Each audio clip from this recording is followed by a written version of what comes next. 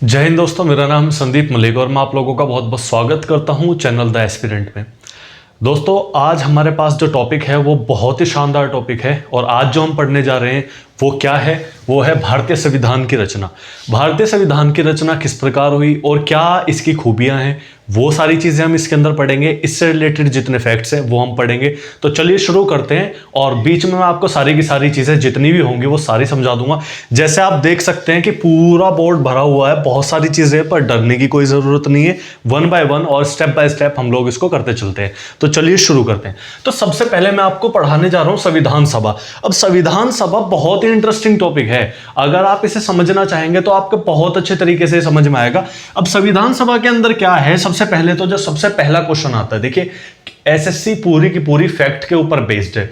अगर फैक्ट आपको आ गए तो वेल एंड गुड है, आप बिल्कुल सारे के सारे। और बाकी एग्जामिनेशन के अंदर भी आपका जो यूपी पुलिस का एग्जाम है उसके लिए भी एक क्लास है, लेखपाल के लिए भी है, स्टेट लेवल का कोई भी एग्जाम है, वनडे कोई भी एग्जाम है, उसके लिए क्लास है आपकी। और इसके अंदर अगर आपको फैक्ट आते हैं तो आप किसी भी एग्जाम के अंदर क्वेश्चन को टैकल कर सकते हैं। फैक्ट भी जरूरी है और अंडरस्टैंडिंग भी जरूरी है। तो संविधान सभा का पहला तो मेन और सबसे इंपॉर्टेंट क्वेश्चन यही आ जाता है, और ये क्वेश्चन अब आने लगा है, पहले किसी को भी नहीं पता था और ना कोई इसे पढ़ता था, कि संविधान सभा की जो मोहर है यानी कि जो स्टैंप है उस पर किसका चिन्ह बना हुआ है। पूछ लेगा शेर का, हाथी का, चूहे का, तो किसका बना हुआ है? हाथी का। संविधान सभा की स्टैंप पर चिन्ह किसका है? हाथी का। तो अब देखते हैं संविधान सभा का जो गठन का विचार है। देखिए, गठन करना और गठन का विचार आना मेरे भाई दो अलग अलग बात है। कैसे? गठन का विचार तो ये है कि यार मैं सोच रहा हूं मनाली जाऊंगा, मान रहे हो मेरी बात? चार दोस्त हैं, हम लोग सोच रहे हैं कि यार ऐसा करते हैं मनाली जाएंगे, तो ये तो है विचार करना कि भाई सोच लिया। और एक है कि हमने ट्रिप ऑर्गेनाइज कर ली, हमने कह दिया कि यार चार बंदे हैं हम और मैंने टिकट बुक करा दिया, मनाली चल रहे हैं। तो दो अलग अलग बात हो गई ना, एक प्लान बनाना और एक प्लान को एग्जीक्यूट करना। तो जो संविधान सभा के गठन का जो विचार था वो किससे आया? एम.एन. रॉय। यानी मनाली जाने की बात किसने करी? वो करी एम.एन. रॉय ने। और मनाली गए कब ये, यानी कि गठन हुआ कब वास्तविकता में संविधान सभा का? वो हुआ 6 दिसंबर 1946 को, यानी 6 दिसंबर 1946 को किसका गठन हुआ? संविधान सभा का गठन हुआ। ठीक है, आगे बढ़ते हैं। संविधान सभा का निर्माण यानी भारतीय संविधान का निर्माण किससे हुआ? भारतीय संविधान का निर्माण कैबिनेट मिशन योजना के तहत हुआ। संविधान सभा क्या करती? किस लिए संविधान सभा का निर्माण हुआ? संविधान सभा इसीलिए तो बनाई गई कि भारतीय संविधान बनाया जाएगा, संविधान बनाएंगे। अब संविधान अगर आपको नहीं पता कि संविधान क्या है, पॉलिटी की पहले ही 2 क्लासेस आ चुकी हैं, लिंक आपको ऊपर मिल जाएगा। देखो आई बटन आ रहा है, इस पे क्लिक करो या फिर डिस्क्रिप्शन चेक करो, डिस्क्रिप्शन के अंदर भी लिंक आपको मिल जाएगा। वो क्लास देखो, वो देखोगे बहुत बेटर अंडरस्टैंडिंग होगी, क्योंकि मैंने पहले बताया था किसी भी सब्जेक्ट को पढ़ने का अच्छा तरीका है स्टेप बाय स्टेप, एक स्टेप फिर दूसरा स्टेप फिर तीसरा स्टेप फिर चौथा स्टेप। और ये वाला क्वेश्चन तो बहुत ही ज्यादा इंपॉर्टेंट है यूपी पुलिस कांस्टेबल के अंदर। भारतीय संविधान का निर्माण कैबिनेट मिशन योजना के तहत हुआ। अब कैबिनेट मिशन योजना क्या है? देखिए, कैबिनेट मिशन एक योजना ऐसे ही, अब हमें आजादी मिल रही थी, किससे मिल रही थी? ब्रिटिश साम्राज्य से आजादी मिल रही थी, अंग्रेजों से आजादी मिल रही थी। यार जब अंग्रेजों से आजादी मिली तो अंग्रेज ऐसे थोड़ी ही है कि ऐसे छोड़ के चले जाएंगे, ऐसे फेंक देंगे। मानो आप अपने घर के अंदर रहते हो, अब आप अपने घर के अंदर रहते हो, अगर आप उस घर को भी बेचते हो तो जब बेचोगे तो उसमें से अपना सामान शिफ्ट करोगे ना, अपने जो जो चीजें जहां रखी हुई हैं उसे लेके जाओगे, रजिस्ट्री दूसरे के नाम कराओगे, सारे डॉक्यूमेंट जो हैं गवर्नमेंट वो उनके नाम इशू करोगे, उसके बाद ही तो उसे खाली करके जाओगे ना। ऐसे ही क्या हुआ, जब वो देश को खाली करके गए तो उन्हें एक व्यवस्था यहाँ के लोगों के लिए भी तो बना के जानी थी।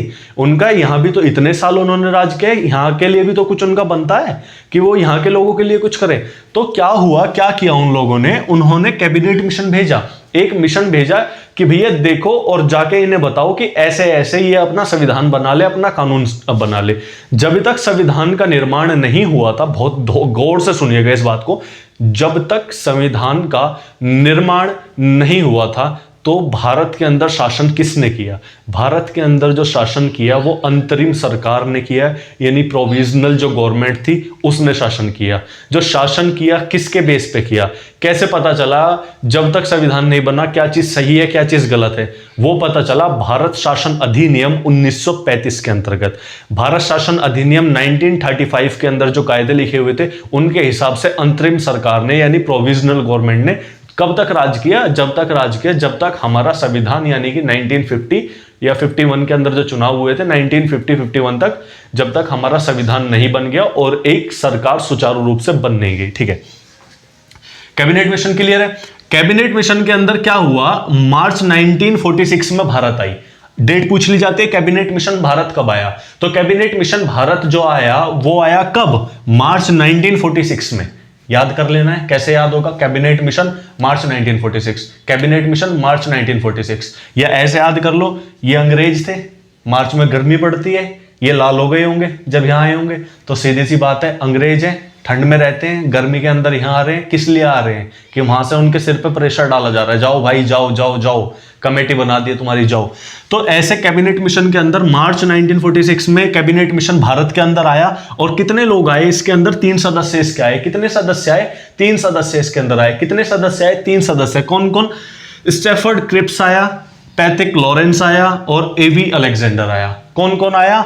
स्टैफर्ड क्रिप्स आया, पैथिक लॉरेंस आया, A V Alexander. Cripps Lawrence Alexander, Cripps Lawrence Alexander, Cripps Lawrence Alexander, ये 3 लोग आए। इनका जो हेड था वो कौन था? लॉरेंस था। पैथिक लॉरेंस कौन था? इनका हेड था। ये सारे के सारे सवाल पूछे गए हैं। ये भी पूछा गया कैबिनेट मिशन कब आया, ये भी पूछा गया सदस्य कितने थे, और ये भी पूछा गया है कि उनमें से उनका हेड कौन था। तो ये सारी की सारी चीजें हमें याद कर लेनी है। सबसे इंपॉर्टेंट अगर क्वेश्चन बनता है तो वो ये बनता है कि उद्देश्य क्या था? कैबिनेट मिशन भारत के अंदर आया तो मेरे भाई, पर उद्देश्य क्या था? क्यों आ रहा है वो भारत के अंदर? बात क्या है? उद्देश्य कैबिनेट मिशन का था पूर्ण स्वराज देना। पूर्ण स्वराज क्या होता है? पूर्ण स्वराज बहुत बड़ी एक चीज है, बहुत बड़ी चिंगारी है, जो बहुत पहले से लोगों के मन में जगती हुई आई थी। और 1857 के विद्रोह में भी हमने यही सोचा था कि हम आज तो पूर्ण स्वराज लेके ही हटेंगे भैया। तो पूर्ण स्वराज क्या चीज है? यानी कि हमारा पूरा नियंत्रण हो। कहने का मतलब यह है, जब अंग्रेजों को हमने खदेड़ा ना भारत से, तो ऐसे नहीं जाने चाहिए कि अपने देश में बैठ जाएंगे, वहां से कोई बिल पास करके भेज देंगे और हमारी सरकार वो लागू यहां पे कर देगी। हम अपनी सरकार खुद बनाएंगे। यह है पूर्ण स्वराज, यानी कि हम किसी के अधीन होके नहीं रहेंगे। यह है पूर्ण स्वराज। तो यह पूर्ण स्वराज देने के लिए क्या आया था? कैबिनेट मिशन आया था। इतनी बात समझ में आ गई? बहुत क्लियर तरीके से आ गई, कुछ भी हार्ड नहीं है ना। देखो, सारे सब्जेक्ट इक्वल है, जर्नलाइज करना है। एसएससी के अंदर भी, यूपी पुलिस के अंदर, और कोई सा भी कॉम्पिटिटिव एग्जाम है, वन डे एग्जाम है, उसके अंदर भी। पर मैं ये मान के चलता हूं, जब भी बात पॉलिटी की आ जाती है ना, अगर मैं अपनी बात करूं, जब भी पॉलिटी की बात आ जाती है ना, तो बिल्कुल इंटरेस्ट लेके सब्जेक्ट को पढ़ा करो। क्योंकि इस सब्जेक्ट के अंदर ना पता नहीं क्या तो इससे भावना जुड़ी हुई है, क्या नहीं जुड़ी हुई। जिस चीज के लिए इतनी लड़ाइयां, इतना स्ट्रगल, साउथ की भी मूवी देख लो आप, यहाँ की भी मूवी देख लो, कुछ भी देखो, मतलब जब भी देशभक्ति की बात आती है ना, और जितना खून बहा है लोगों ने, अत्याचार, अंग्रेजों ने अत्याचार किए हैं लोगों पे, वो सारी की सारी चीजें जब खत्म होती हुई नजर आती है ना पॉलिटी के अंदर, पता चलता है कि अब हमें स्वराज मिल गया, पूर्ण स्वराज मिल गया, हमारी सरकार बनी, हमने अपना संविधान बनाया। हमारा संविधान भी कैसा संविधान? लचीला संविधान। हमारा संविधान कैसा? लिखित संविधान, सबसे लंबा संविधान, और ऐसा संविधान जिसमें सभी देशों की जो जो मुख्य बातें हैं वो सारी की सारी लिखी हुई हैं। तो ये चीजें रटने के लिए नहीं, ये चीजें समझने के लिए कितना अच्छा लगता है यार, प्राउड फील होता है। बहुत सारी बात ऐसे है ना कि कभी कभी क्या हो जाता है कि कोई पूछ लेता है, भाई अगर आपका आज ही तो आप यहाँ पे हो घर पे, आज ही तो आपसे कोई नहीं पूछ रहा इंडिया के बारे में, क्योंकि आप सारे इंडियन हो। कल जब आपकी गवर्नमेंट जॉब लगेगी तो उसमें आपसे भी तो पूछा जाएगा कि इंडिया की क्या खूबियां आपको लगती हैं साहब, आप बताइएगा। तो जब कोई आपसे पूछेगा तो आप इंडियन हैं और प्राउड इंडियन है, उसके लिए कुछ तो बातें आपको बतानी पड़ेगी ना। जैसे पूर्व पश्चिम के अंदर गाना है वो, जब जीरो दिया मेरे भारत ने, ऐसे ही आप भी इन चीजों को इंटरेस्ट लेके पढ़िए और जानिए कि हमारे भारत के अंदर क्या क्या खास बातें थी, और जिन लोगों ने हमारे लिए शहीदी दी उन लोगों के अंदर क्या खास बातें थी। तो चलते हैं टॉपिक की तरफ। संविधान सभा के अंदर पूर्ण स्वराज मिल गया, कैबिनेट मिशन आ गया, इतनी बात क्लियर है। गठन का विचार एम एन रॉय ने किया। गठन कब हुआ? 6 दिसंबर 1946। सिर्फ इतनी बात क्लियर है, नोट करते चलो साथ के साथ। संविधान सभा की बात कर लेते हैं। यह संविधान सभा का निर्माण कारण क्या था? संविधान बनाने के लिए संविधान सभा का निर्माण हुआ। संविधान सभा का जो निर्माण हुआ, इसके अंदर सदस्य कितने थे? 389 सदस्य थे। कितने सदस्य थे? 389 सदस्य थे। कितने सदस्य थे? 389 सदस्य थे। किस प्रकार विभाजित थे? 292 ब्रिटिश प्रांत के प्रतिनिधि थे, अब जो था ना, राज्य नहीं थे पहले, क्या था, प्रांतों के अंदर हमारा पूरा जो देश था वो विभाजित था, और उसके अंदर क्या था, कुछ कमिश्नरी क्षेत्र थे, कुछ विदेशी क्षेत्र थे, यानी जो हमारी प्रांत बनी थी वो ब्रिटिश प्रांत थी, और कुछ जो प्रांत बनी हुई थी वो वो थी हमारी देसी प्रांत। तो देसी प्रांत या देसी रियासत जो थी उनको 93 प्रतिनिधि थे उनके, 292 ब्रिटिश प्रांत के थे, और 4 चीफ कमिश्नरी क्षेत्र के प्रतिनिधि थे। जैसे आज हमारे यहाँ यूटी बना देते हैं ना, यूनियन टेरिटरी वगैरह, ऐसे। उसके बाद विभाजन के बाद आपको भी पता और हमें भी पता है कि भारत का विभाजन जब हुआ, जब हम पाकिस्तान और भारत दो अलग अलग देश बटे, तो विभाजन के बाद क्या हुआ, विभाजन के बाद 299 सदस्य रह गए। पहले कितने थे, 389। विभाजन के बाद कितने रह गए, 299 सदस्य। इतनी बात क्लियर है। इसके बाद सभा के सदस्यों की संख्या। अब सभा के सदस्य, यहां प्रतिनिधि की बात हो रही है, आप कंफ्यूज मत हो जाना कि फिर कैसे कैसे बटा, यहां प्रतिनिधि की बात हो रही है। हमने कैसे पता चलेगा भाई, सभा बना रहे हैं, कैसे पता चलेगा इसके अंदर कौन आएगा, किसके अंदर कितनी क्षमता है, क्या नहीं है। तो हमने क्या किया, जितने भी लोग हमारे पास थे, हमने कहा भाई आपके प्रांत के अंदर या आपकी जो रियासत है उसके अंदर जो आपको बेस्ट इंसान लगता हो उसे चुन के भेज दो। तो वहां से पता चला कि जो ब्रिटिश प्रांत थे उनसे 292 लोग आ गए कि भैया ये हमारे यहां से तो ये सबसे इंटेलिजेंट आदमी, मान लो आपके मोहल्ले में से आपको खड़ा कर दे, और वहां से फिर आपका अंदर ही अंदर इलेक्शन हो रहा है और पूरे राज्य में से आप चुन के जा रहे हो कहीं, नेशनल लेवल की बात हो रही थी ये। तो प्रांतों में से चुन के नेशनल लेवल के लिए जो गए, तो ये प्रतिनिधि थे। जो सभा के सदस्यों की जो संख्या बनी उसमें एससी और एसटी के कितने थे, 33 लोग थे। मुस्लिम्स कितने थे, 79 थे। और वुमेन कितनी थी, 15 औरतों का भी आता। जी हाँ, औरतों के बिना कोई काम भारत के अंदर संभव नहीं हो सकता, और भारत में क्या कहीं भी कोई काम औरतों के बिना संभव नहीं हो सकता। तो वुमेन्स भी थी, जी हाँ वुमेन्स भी थी। कितनी थी, 15 थी जी। अच्छा जी, ठीक है, आगे बढ़ते हैं। सबसे पहली बात, ये जो मेन पॉइंट है, अगर आपको चमक रहा हो तो इसे लिख लेना है, इसे नोट डाउन कर लेना, इंपॉर्टेंट पॉइंट है। लिखने के बाद याद आया तो मैंने इसे यहाँ पे डाल दिया पॉइंट को। प्रथम अस्थायी अध्यक्ष। अब जब कोई कमेटी बनेगी तो उसका अध्यक्ष भी तो बनाया जाएगा। तो जो सबसे पहले कमेटी का जो निर्माण हुआ उसके अंदर उन्होंने सोचा यार अध्यक्ष किसे बनाया जाए, क्योंकि जब लोग तो सारे के सारे आ गए, अब उनको कोई अध्यक्ष भी तो चाहिए। तो जो सबसे बुजुर्ग इंसान थे डॉक्टर सचिवानंद सिन्हा, उन्हें इन्होंने अस्थायी अध्यक्ष बना दिया। उसके बाद जब इनकी पहली मीटिंग होने के बाद दूसरी मीटिंग हुई तो इन्हें आया कि भाई अब कोई परमानेंट अध्यक्ष हमें चाहिए। तो जो परमानेंट पहला अध्यक्ष बनाया वो डॉक्टर राजेंद्र प्रसाद जी को पहला अध्यक्ष बनाया गया, परमानेंट वाला। किसका, संविधान निर्माण सभा का। ठीक है, ये चीज आप अपने नोट्स के अंदर नोट कर लेंगे। ये चीज क्लियर हो गई। इसके बाद जो मेन पॉइंट है उनके ऊपर पढ़ेंगे, पर मैं आपको बता दूं एक बात, संविधान अगर अच्छे तरीके से पढ़ना है, पॉलिटी, इंडियन पॉलिटी अच्छे तरीके से समझनी है, तो एक तो चैप्टर वाइज करते चलो, साथ के साथ नोट्स बनाते चलो। पुरानी वीडियो नहीं देखी है तो अभी देख लो, चैनल पे आ चुकी है। चैनल पे नए हो तो चैनल को सब्सक्राइब कर लो। अब बढ़ते हैं आगे। आगे क्या चीज है, इंपॉर्टेंट फैक्ट्स मैंने आपके लिए लिखे हुए हैं। अब एक चीज मैं बता दूं, ये है BN राव और ये है MN रॉय। ये दोनों के दोनों अलग चीज हैं, ये अलग इंसान है, चीज नहीं है, दोनों अलग इंसान है। ये याद रखनी है हमें ये बात कि दोनों अलग अलग इंसान है, मिक्स मत कर लेना इनको। BN राव संविधान सभा के सलाहकार थे। मेन पॉइंट जो लिखा हुआ है ना, बिल्कुल फैक्ट करके, ये प्रीवियस ईयर क्वेश्चंस हैं, ये आए हुए हैं डायरेक्ट, इनसे डायरेक्ट सवाल बनेगा, ये याद रखना। BN राव संविधान सभा के सलाहकार थे। ठीक है जी, पूछ लेगा कौन था, ये था जी। संविधान सभा की अवधारणा सबसे पहले स्वराज पार्टी ने 1935 में प्रस्तावित की थी। मैंने क्या कहा था, संविधान सभा की अवधारणा का मतलब क्या है जी, इन लोगों ने सोचा था कि भाई ऐसे ऐसे है और हम क्या बनाएंगे, संविधान सभा। जैसे इन्होंने क्या किया था, गठन का विचार आया था MN रॉय को कि भाई गठित करेंगे संविधान सभा। इन्होंने क्या, इनके मन में अवधारणा आई थी, किसके मन में, स्वराज पार्टी के मन में 1935 ईस्वी में, कि भैया संविधान सभा होनी चाहिए जो संविधान को बनाए। ये भी पॉइंट इंपॉर्टेंट है, आया हुआ है SSC के अंदर ही आया हुआ है, 2019 में पूछा गया है। पहली संविधान सभा की बैठक कब हुई, 9 दिसंबर 1946 के अंदर। निर्माण कब हुआ था संविधान सभा, 6 दिसंबर 1946। पहली बैठक कब हुई, 9 दिसंबर 1946 को। अंतिम बैठक कब हुई? 24 जनवरी 1950 को। इससे रिलेटेड एक किस्सा याद आता है मुझे, जब मैंने ये चीजें पढ़ी थी ना, जो मेरी क्लास थी, तो जब हमें टीचर समझा रहे थे इन चीजों को, तो 9 दिसंबर 1946 की जगह मैंने 1949 कर लिया था। तो फिर बाद में मेरे दोस्त कह रहे हैं यार तुझे पता है संविधान बनने में 2 साल 11 महीने 18 दिन का समय लगा। मैं कह रहा यार इतने दिन तो नहीं बैठते, मेरी मैथ हाँ बेकार है पर इतनी भी नहीं है। तो भाई मैं बड़ा कंफ्यूज रहा। टीचर ने पूछ लिया, अच्छा बेटा बताओ, तुम में से किसी को नहीं पता होगा, बताओ कितना टाइम लगा था संविधान बनने में? तो सारे बच्चे वही 2 साल 11 महीने 18 दिन। मैं कह रहा नहीं, 1949 से 1950 तक ही तो टाइम है, कुछ ही तो टाइम लगा है, दिसंबर से जनवरी। मैंने कहा जी 1-1.5 महीने ही लगा था। तो वो सारी की सारी चीजें, पॉइंट्स को अच्छे तरीके से लिख लेना आप, मेरी तरह डेट में मिस्टेक मत करना। 9 दिसंबर 1946 को, और अंतिम जो हुई वो कब हुई? 24 जनवरी 1950 को। इंपॉर्टेंट पॉइंट है, याद हो गया? इसे साथ के साथ लिख लेना, फैक्ट्स हैं, याद करने पड़ेंगे। अभी लगेगा आ गया समझ में, बाद में गुल हो जाएगा। मुस्लिम लीग बनी हुई थी। मुस्लिम लीग क्या चीज थी? मुस्लिम लीग इसलिए इन लोगों ने बनाई थी, जो जिन्ना साहब थे ना वो इसमें थे। अब इन्होंने मुस्लिम लीग क्यों बनाई हुई थी? जो हमारे देश के अंदर जो मुस्लिम कम्युनिटी है ना, उसे टारगेट करने के लिए इन्होंने अपनी लीग अलग ही गठित कर ली थी।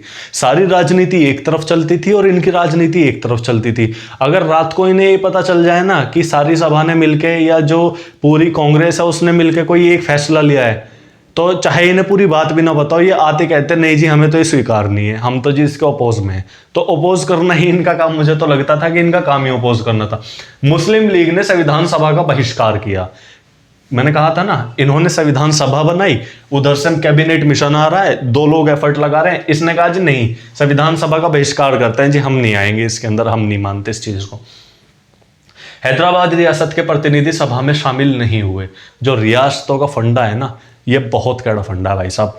इनके बारे में आप पढ़ोगे ना, आपको पता चलेगा कि इतिहास में क्या हो चुका है भाई साहब। इंडियन पॉलिटी की कैसे मतलब सारे अस्थिपंजर कैसे हिले हुए थे। अगर हमारे लौह पुरुष वल्लभ भाई पटेल नहीं होते ना, तो भगवान कसम आज यहाँ ना खड़े होते। आज उत्तर प्रदेश से और दिल्ली जाने के लिए ना वीजा लेना पड़ता। ऐसी नौबत थी।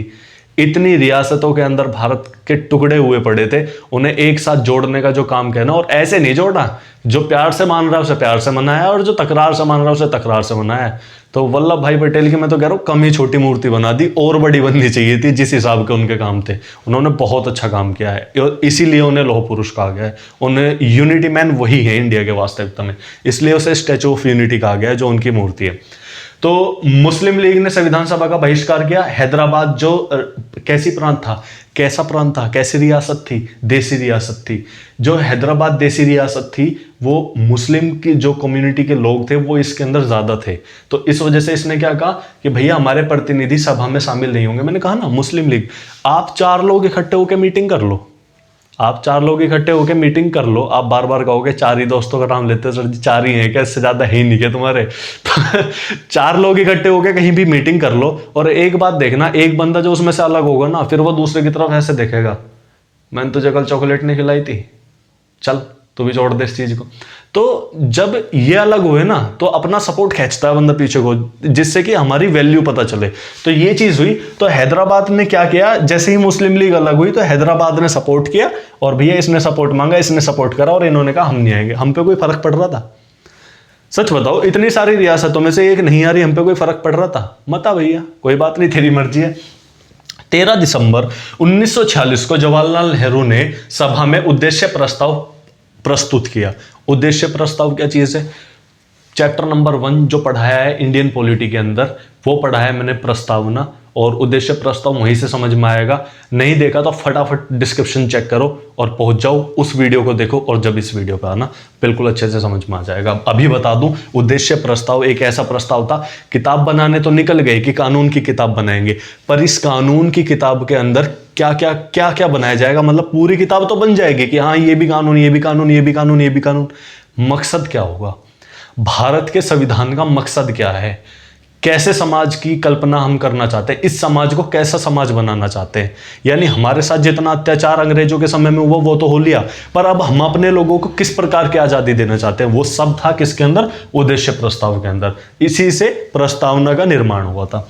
ठीक है, आ गया जी। किसने प्रस्तुत किया? 13 दिसंबर 1946 को जवाहरलाल नेहरू ने कहा सभा के अंदर उद्देश्य प्रस्ताव प्रस्तुत किया। प्रारूप समिति के अध्यक्ष कौन थे? बाबा साहिब भीमराव अंबेडकर जी। कौन थे? बाबा साहिब भीमराव अंबेडकर जी। इनसे गजब इंसान मुझे कोई नहीं लगता अगर जब इंडियन पॉलिटी की बात आती है। मतलब सबसे टॉप के अगर इंसान कोई है तो वो भीमराव अंबेडकर है। प्रारूप समिति के अध्यक्ष थे बाबा भीमराव अंबेडकर, और कुल सदस्य कितने थे बाबा साहिब के? कुल सदस्य जो इनके साथ थे, एक समिति का निर्माण हुआ कि ये प्रारूप तैयार करेंगे, जो हमारी पूरी बड़ी पुस्तक वो बनेगी, उसका प्रारूप तैयार करने के लिए प्रारूप समिति का अध्यक्ष किसे बनाया गया? बाबा साहिब अंबेडकर को। और कुल सदस्य 7 थे। कितने थे? कुल सदस्य 7 थे इनके अंदर। इसे याद कर लेंगे, आगे बढ़ते हैं। इतना याद हो गया? इतना नोट डाउन कर लिया? याद करने का मतलब ये लिख लो, अच्छे से जब लिख लोगे याद भी हो जाएगा।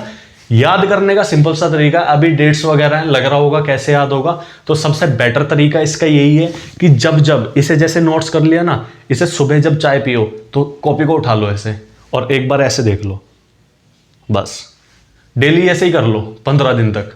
15वें दिन ऐसा लगे ये तो याद है मुझे, मैं क्यों देख रहा हूं इसे, तो ऐसे करना है, बस 15 दिन कर लो, फैक्ट याद हो जाएंगे। फैक्ट तो भैया ऐसे याद होते हैं, रट्टा मारने से भी भूल जाते हैं। कुछ मुख्य तथ्य है, यहां भी इंपॉर्टेंट फैक्ट्स थे और यहां भी कुछ मुख्य तथ्य, यानी यहां भी इंपॉर्टेंट फैक्ट है। क्या? संविधान बनने में 2 वर्ष 11 महीने 18 दिन का समय लगा। ये तो आपको मेरी गलती से पता चली गया होगा, मैंने आपको बता ही दिया। संविधान के प्रारूप पर 114 दिन बहस चली। प्रारूप बन के जो तैयार हुआ उस पे 114 दिन बहस चली कि कैसे कैसे बनना है भाई, ऐसे नहीं बनना था, ऐसे होना था, ऐसे नहीं ऐसे होना था, ऐसे नहीं ऐसे होना था। और जो किस तरीके से सजाया हुआ है ना, वो कभी देखना, इंटरनेट पे सर्च करना और उस पर देखना, आपको पता चलेगा कितना बेहतरीन बनाया हुआ है।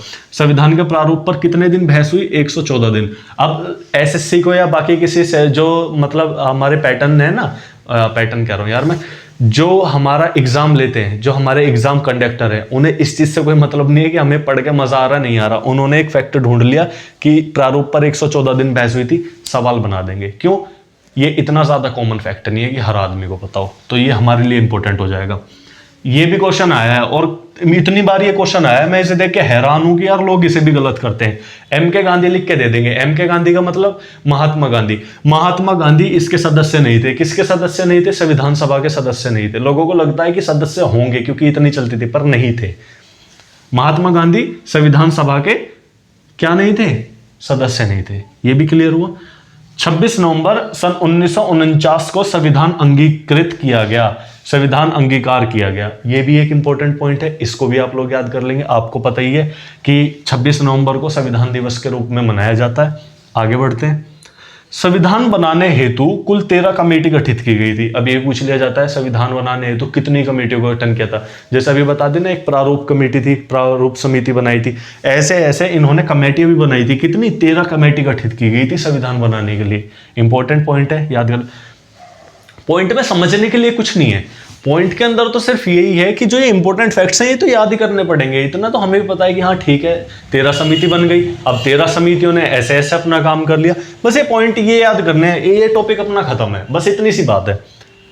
24 जनवरी 1950 को राष्ट्रीय गान और राष्ट्रीय गीत अपनाया गया।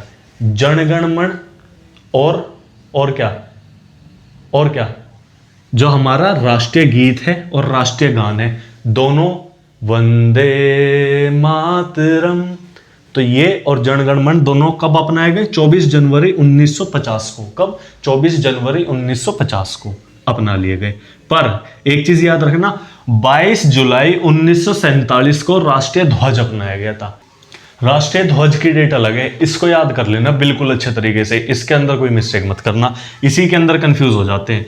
राष्ट्रीय गान, राष्ट्रीय गीत और राष्ट्रीय ध्वज तीनों की डेट पूछी हुई है, याद करने पड़ेंगे आपको, मजबूरी है, फैक्ट तो यार याद करनी पड़ेंगे। बाकी जो समझने वाली चीज थी वो मैंने आपको समझा दी। आई होप आज की क्लास आप लोगों के समझ में आई होगी और भाई मजा आ गया होगा बिल्कुल पढ़ के। अगर कोई डाउट रह जाता है तो टेलीग्राम देखो, ऊपर लिखा हुआ है, टेलीग्राम ज्वाइन कर लो, डिस्क्रिप्शन में लिंक मिल जाएगा, और टेलीग्राम पे अपने डाउट लिख के भेजो मुझे, और मैं आपको जितनी भी इंपॉर्टेंट कोई न्यूज़ आती है किसी एग्जामिनेशन की या फॉर्म की, वो सारी की सारी टेलीग्राम पे देता हूँ। हमारे टेलीग्राम से जुड़ जाओ। और आपको एक काम और करना है, वो काम क्या करना है कि इसकी जो प्रीवियस वीडियो है, अगर अब तक नहीं देखी है तो प्रीवियस वीडियो देख लेना, उसकी प्लेलिस्ट का लिंक भी आपको डिस्क्रिप्शन के अंदर मिल जाएगा। ये वीडियो अगर समझ में आई हो तो इस वीडियो को लाइक करना है, शेयर करना है और इस चैनल को सब्सक्राइब करना है और बेल आइकन को क्या कर लेना है, प्रेस कर लेना है, जिससे क्या होगा कि हमारी जो भी नई वीडियो आएगी वो आप तक पहुंच जाएगी। टाइम 9 बजे है, 8 बजे या 9 बजे आप चैनल पर आके देख सकते हो। 8 बजे जहां तक है वीडियो, हर दिन आपको एक वीडियो मिल जाएगी। आज हमारी इंडियन पॉलिटी हो गई है, 2 हमारी सिमिलर चल रही है, एक इंडियन पॉलिटी कर रहे हैं और एक एंशिएंट इंडिया की हिस्ट्री कर रहे हैं। तो उसकी कल क्लास अपलोड हुई थी, सिंधु घाटी सभ्यता, वो नहीं देखी तो उसका भी लिंक आ रहा है ऊपर आई बटन पे, वो देख लेना। और ये देख लो, अब 9 बजे हमारी वीडियो आएगी, इतना आपको पता चल गया। इस चैनल को ऐसे ही प्यार देते रहो और इस चैनल को सब्सक्राइब कर लो और शेयर कर दो यार, बिल्कुल अच्छे से। और जय हिंद, जय भारत।